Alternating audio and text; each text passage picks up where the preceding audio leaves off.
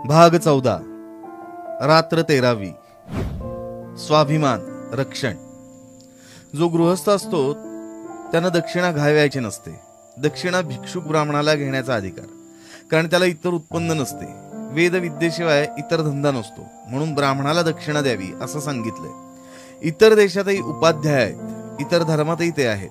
काही ठिकाणी त्यांना सरकारातूनच पगार मिळतो। आपल्याकडं समाजच ब्राह्मणांना देई। श्यामने आरंभ केला।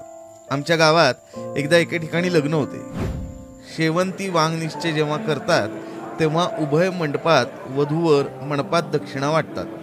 आपल्या ऐपतीप्रमाणे ही दक्षिणा देतात। वधू घरचा एक उपाध्याय आणि वर घरचा एक उपाध्याय असे दोघे बरोबर दक्षिणा देत मंडपात हिंडतात। जितकी वराकडची तितकीच वधूकडची। वराकडच्यांनी 4 आणे दिले तर वधूपक्षही 4 आणे देतो। जो हात पुढे करील त्याला दक्षिणा देण्यात येत असते। लग्नाला जेव्हा मंडळी जाते तेव्हा मुले आपापल्या वडील मंडळींजवळ बसलेली असली तरी हे शिक्षण आपोआपच त्यांना मिळते। अरे आपण नाही हो हात पुढे करायचा वगैरे ते मुलांना सांगतात। परंतु अलीकडे स्वाभिमान उरलाच नाही। पैशासाठी आपण हापापलेले आहोत। फुकट मिळेल तेवढे घ्यावे अशी वृत्ती झालेली आहे। आगगाडीतून जपानी एजंट सिगारेट वगैरे फुकट वाटतात आणि श्रीमंतही त्या फुकट सिगारेट घेऊन ओढतात। मी पाहिले श्रीमंत सुद्धा मोफत दवाखान्यात जाऊन औषध घेतील। श्रीमंतांची मुलं सुद्धा नादारीसाठी अर्ज करतील। दारिद्र्याचा आणि दास्याचा हा परिणाम आहे। मी लग्नाला गेलो आणि मुलांमध्ये जाऊन बसलो। शाळेतील बरोबरची आम्ही मुलं एकत्र बसलो होतो। एका बाजूनं बसले म्हणून खोड्या करता येतात, टवाळकी करता येते। कोणाच्या टोपीवर नारळाची शेंडी ठेवा, कोणाच्या खिशात खडे टाक, कोणाला हळूच चिमटा घे असे चालते। दक्षिणा वाटण्यात आली। काही मुलांनी हात पुढे केले। मी सुद्धा माझा हात पुढे केला। सहज गोष्ट होऊन गेली। माझ्या लक्षात चूक आली नाही। लहानपणी पैसे हातात असले म्हणजे आनंद होतो। मी ते 2 आणे घेऊन घरी आलो आणि मोठ्या हर्षाने आईजवळ द्यावयास गेलो। जणू माझ्या कमाईचे, माझ्या श्रमाचेच ते होते। भटजी 12-12 वर्ष मंत्र शिकतात, ते विधी करतात, तर त्यांना घेऊ देते। मला ते 2 आणे घेण्याचा काय अधिकार? प्रत्येकानं श्रमावे आणि मोबदला घ्यावा तरच ते शोभून दिसते। आईनं विचारले, कोठले रे पैसे हे? मी म्हणालो, शेवंती वांग निश्चयाचे लग्नात मिळाले। आई एकदम ओशाळली। तिचे तोंड म्लान झाले। आम्ही गरीब झालो होतो। आपण गरीब म्हणून मुलानं दक्षिणा आणली का? का आपण गरीब झालो म्हणून क्यू येऊन भिक्षुकाने आपल्या मुलाच्या हातावर पैसे ठेवले? कारण एखाद्या घरंदाज घराण्यातील मुलानं हात पुढे केला तर भिक्षुक आपण होऊनच त्या मुलाला म्हणे, वेड्या तू का हात पुढे करावायचा? तू त्या डोंगऱ्याकडचा ना? माझ्या मुलाला भिक्षुक असं का नाही म्हटले? त्यांना आमची कीव आली। जगात दुसऱ्यांना आपली कीव करावी याहून करुणास्पद आणि दुःखद प्रसंग कोणताही नाही। आईच्या मनात असे शेकडो विचार त्यावेळी आले। ती बोलेना, शून्य दृष्टीनं पाहत राहिली। आई घे ना ग पैसे, मी काही चोरून नाही आणले, मी काकुळतीस येऊन म्हणालो। आई म्हणाली, श्याम, आपण गरीब असलो तरी गृहस्थ आहोत। आपण भिक्षुक नाही हो। भिक्षुकीचा धंदा आपला नाही। आपण दक्षिणा घ्यायची नसते, ते आपले काम नाही। आपण दुसऱ्याला द्यावी। भटजी वेद शिकतात, धार्मिक कामे करतात, त्यांना शेतभात नसते। ही दक्षिणा हेच त्यांचे उत्पन्न। मी म्हणालो, आपल्या गावातील ते पांडू भटजी किती श्रीमंत आहेत, त्यांनी तरी दक्षिणा का घ्यावी? सावकारी करतात, शेतीभाती आहे, हे असले कसले भटजी? आई म्हणाली, तो त्यांचा दोष। पूर्वी भटजींना दक्षिणा जास्त मिळाली तर ते गोर गरिबांना देऊन टाकीत। घरी मुले शिकावयास ठेवीत। त्या पांडव प्रतापात नाही का की नळराजाने ब्राह्मणास खूप धन दिले, ते धन ब्राह्मणांनी वाटेतच दुसऱ्यांना वाटून दिले। ऋषींच्या घरी कितीतरी मुले शिकावयास राहत असत। आपण गृहस्थ, आपण दक्षिणा घेऊ नये। तू पुन्हा पुढे हात करू नकोस हो। रोहिदास पाणपोईचेही पाणी प्यायला नाही। गृहस्थाने जगास द्यावे, जगापासून घेऊ नये। आईने ते 2 आणे शेजारी बाळू म्हणून गडी होता त्याला देऊन टाकले। मित्रांनो, जगापासून जितके आम्ही घेऊ तितके जगाचे आपण मिंधे होत असतो। आपण दीनवाणे होत असतो, दुसऱ्यांच्या तोंडाकडे पाहणारे होत असतो। दीनवाणे जगणे हे पाप आहे। ताठरपणे, उन्मत्तपणे जगणे हे सुद्धा पापच। जगाचे मिंधे होणे नको।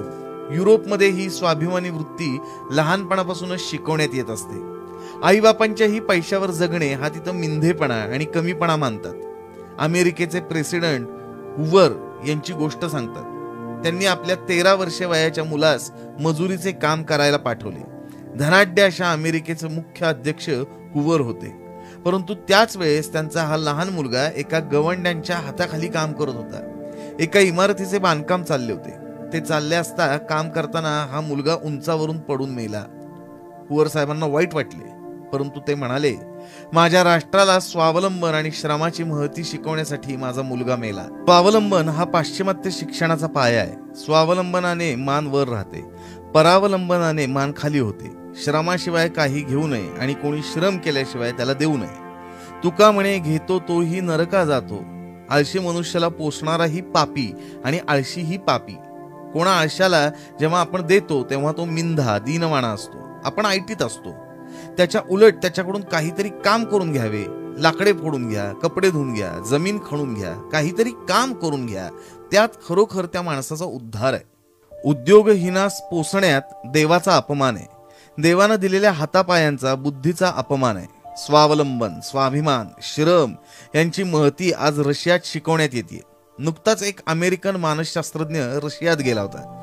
रशियातील परिस्थिती, तेथील अंतर्बाह्य परिवर्तन पाहायला तो गेला होता. मजुरांना वाटण्यासाठी म्हणून त्यानं झरण्या, फाउंटन पेन, चॉकलेटच्या वड्या, सुंदर चाकू वगैरे वस्तू घेतल्या होत्या. मजुरांच्या चाळीत जाऊन तो त्यांना बक्षीस म्हणून देऊ लागला. परंतु एकाही मजुरानं हात पुढे केला नाही. कोणीही वस्तू घेतली नाही. तो म्हणाला, घ्या, मी प्रेमानं देतोय. ते मजूर म्हणाले, स्वतःच्या श्रमाने मिळवावे. दुसऱ्यानं दिलेली देणगी ही घेऊन कदाचित मनात आलस्य, मिंधेपणा आणि परावलंबन यांचा उदय व्हावयाचा. या दुर्गुणांना यत्किंचितही वाव न देण्याचे आम्ही ठरवले. तो अमेरिकन मानसशास्त्रज्ञ चकित झाला. केवढी ही विचार क्रांती. ज्या रशियात लाखो मजूर मागण्यासाठी पूर्वी हात पुढे करायचे, तिथं एकही हात पुढे झाला नाही. केवढं स्वावलंबन, केवढं तेज, केवढी श्रमाची पूजा. श्रमात आत्मोद्धार आहे. फुकट घेण्यात आणि देण्यात पतन आहे. हे हिंदी मुलांना, तमाम हिंदी जनतेला समजेल तो सुदीन. घरी, दारी, शाळेत हे शिक्षण देण्यात आलं पाहिजे. उष्ट कोणाला घालू नये असा धर्मनियमच झाला पाहिजे. खरा धर्म श्रमांना उत्तेजन देणं हाच होय. आळसाने भीक मागणारा आणि श्रीमंत असल्यामुळे गाद्यांवर लोळून खाणारा दोघे किडेच. श्रीमंतही दुसऱ्याच्या श्रमावर जगतो आणि आळशी भिकारी दुसऱ्याच्या श्रमाचेच खातो. हे दोघे समाज वृक्षावरील बाणगुळ आहेत. उन्हातानात काम करणारा मजूर, रस्ते झाडणारा झाडूवाला, मलमूत्र नेणारा भंगी, मेलेली गुरे फाडणारा ढोर, वाहना बांधणारा चांभार, हे सारे आयते खाऊ लोकांपेक्षा पवित्र आहेत, श्रेष्ठ आहेत.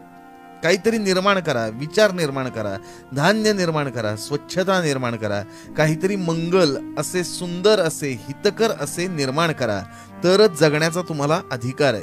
ज्या राष्ट्रात समाज संवर्धक, समाज रक्षक, समाज पोषक श्रमाची पूजा होते, ते राष्ट्र वैभवावर चढते.